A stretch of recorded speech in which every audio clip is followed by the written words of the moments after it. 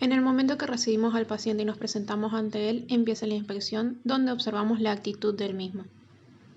Luego, en la inspección propiamente dicha, observamos al paciente de frente, de costado y de espaldas, en búsqueda de alteraciones de la columna o asimetrías.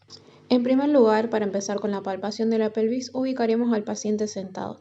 En este caso yo decidí comenzar con la palpación de los segmentos óseos a través de los dedos, primero las crestas, luego las vértebras lumbares una a una, en búsqueda de algún dolor que pueda referirme al paciente o de alguna asimetría.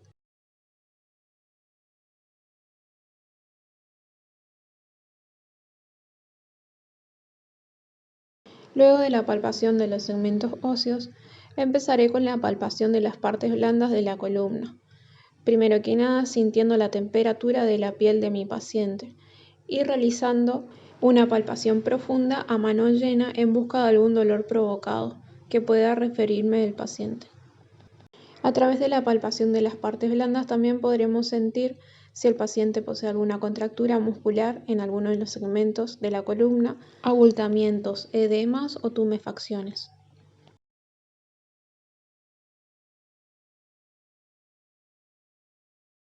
En esta posición también podemos palpar la parte dorsal de la columna,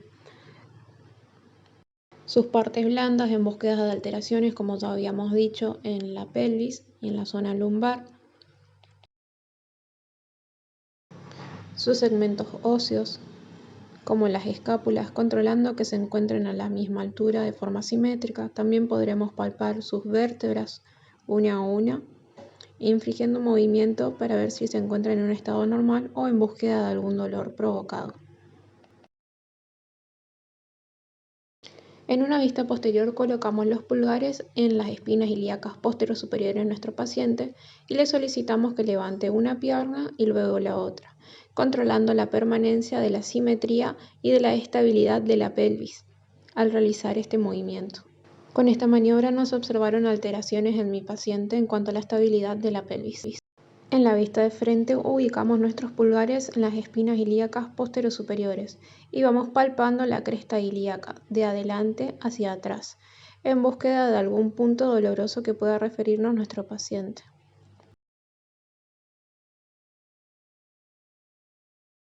En esta posición observaremos también la simetría del ombligo. En esta vista también realizaremos la palpación de los trocánteres mayores, en búsqueda de algún dolor provocado, que en este caso mi paciente no me ha referido alguno. Con el paciente de cúbito supino seguimos con la palpación, primero de las espinas ilíacas y luego recorremos las crestas. Con ambas manos en la pelvis le realizo a mi paciente una maniobra de compresión en búsqueda de algún dolor provocado, al cual mi paciente me refiere que no siente molestia alguna. Siguiendo con la palpación, palpamos los bordes del pubis y realizamos una leve presión sobre este en búsqueda de algún dolor provocado, al cual mi paciente no refirió molestia alguna. También palparemos las partes blandas alrededor del pubis en búsqueda de alteraciones.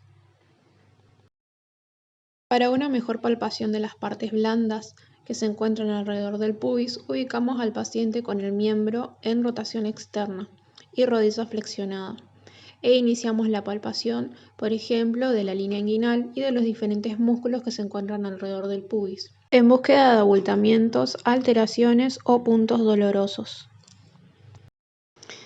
Una vez realizado la palpación de ambos lados de los segmentos blandos que se encuentran alrededor del pubis, no se han encontrado alteraciones en mi paciente y tampoco me ha referido dolor alguno.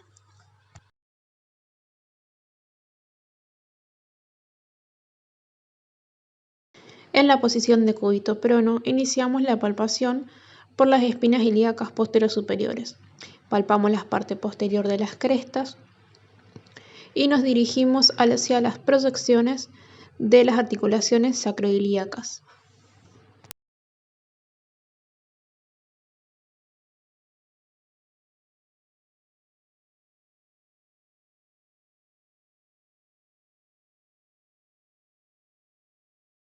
Para una mejor palpación de la tuberosidad isquiática de nuestro paciente, lo ubicamos de cúbito lateral con cadera y rodilla flexionada.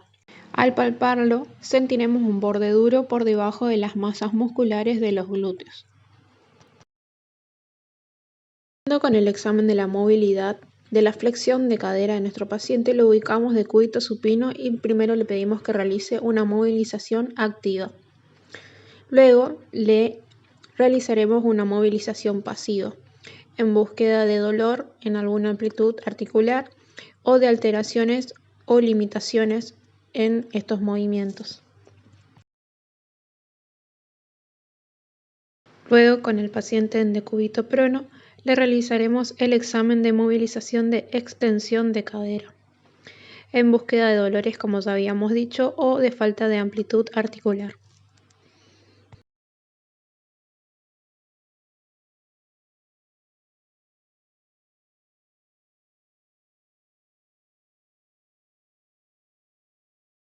Por último, con el paciente sentado, evaluaremos las rotaciones de cadera, siempre evaluando los miembros de ambos lados en búsqueda de alteraciones o asimetrías entre ellos. En dichos exámenes realizados, mi paciente no presenta limitaciones en la movilidad de la cadera. Tampoco me ha referido dolor alguno o molestia al realizar dichos movimientos.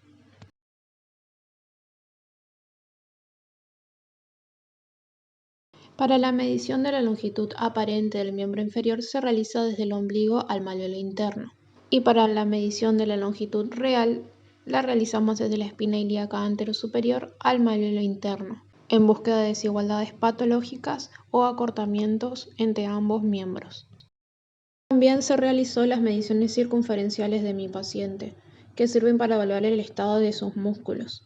Estas mediciones las realicé 15 centímetros por encima de la rótula, en ambos miembros, para luego compararlos y buscar alteraciones en los mismos. En las mediciones realizadas mi paciente no presentó alteraciones en ninguno de los miembros, observándose simetría entre ambos. La maniobra de Galeazzi y Ellis permite evaluar la desigualdad de la longitud de los miembros inferiores, observándolos de costados y luego de frente. Con la maniobra de Thomas evaluamos la actitud real de la cadera. Con el paciente en decúbito supino, con una mano flexionamos pasivamente muslo y rodilla sobre el pecho del paciente, contralateral al lado que se quiera evaluar. Con la mano que no queda libre, la colocamos por debajo de la columna lumbar de nuestro paciente, controlando la rectificación lumbar de la misma. Y siempre, como ya dijimos, realizando la comparación con el lado opuesto. Una vez realizada la maniobra y comparando ambos miembros, no se observan alteraciones en la actitud real de la cadera de mi paciente. Para la evaluación de la articulación sacroiliaca utilizamos la maniobra de Gaenslen. Ubicamos al paciente en decúbito supino con flexión pasiva de cadera y rodilla del lado que se quiere evaluar. Luego se hiperextiende la cadera opuesta por fuera de la camilla, movilizando la articulación sacroiliaca del miembro flexionado. Si dicha maniobra causa dolor en la articulación de nuestro paciente, puede ser portadora de alguna afección inflamatoria, degenerativa o traumática.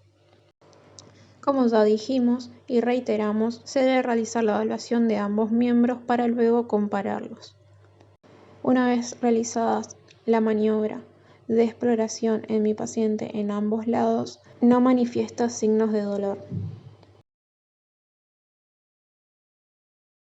Otra maniobra para evaluar la articulación sacroiliaca es la de Patrick Favere.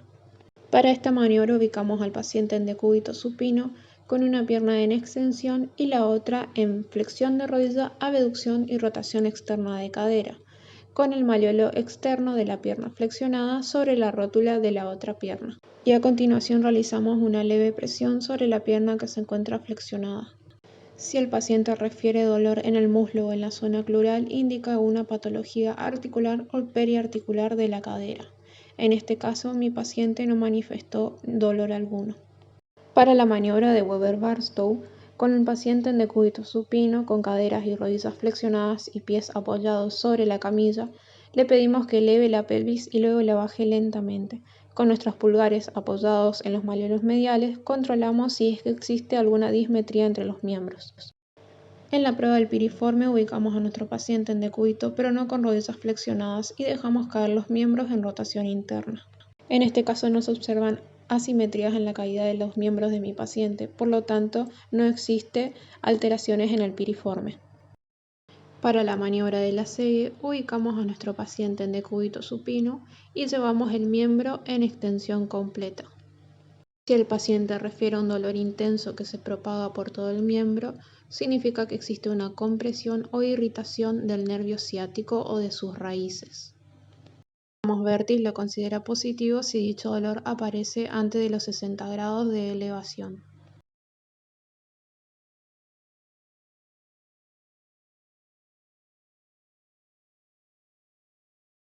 Una vez realizada la prueba en ambos miembros, mi paciente no refiere signos de molestia o de dolor.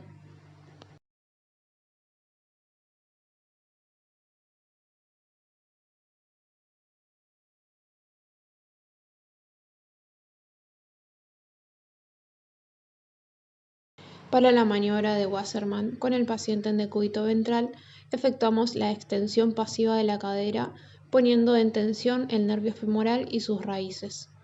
Si se presenta algún tipo de molestia en la cara anterior del muslo, es positivo e indica irritación o compresión del nervio crural o sus raíces. Al realizarle esta maniobra a mi paciente en ambos lados no refirió dolor en ninguno de los miembros. Por último, observaremos la marcha de nuestro paciente en búsqueda de alteraciones como marchas antálgicas o marcha de Trendelenburg.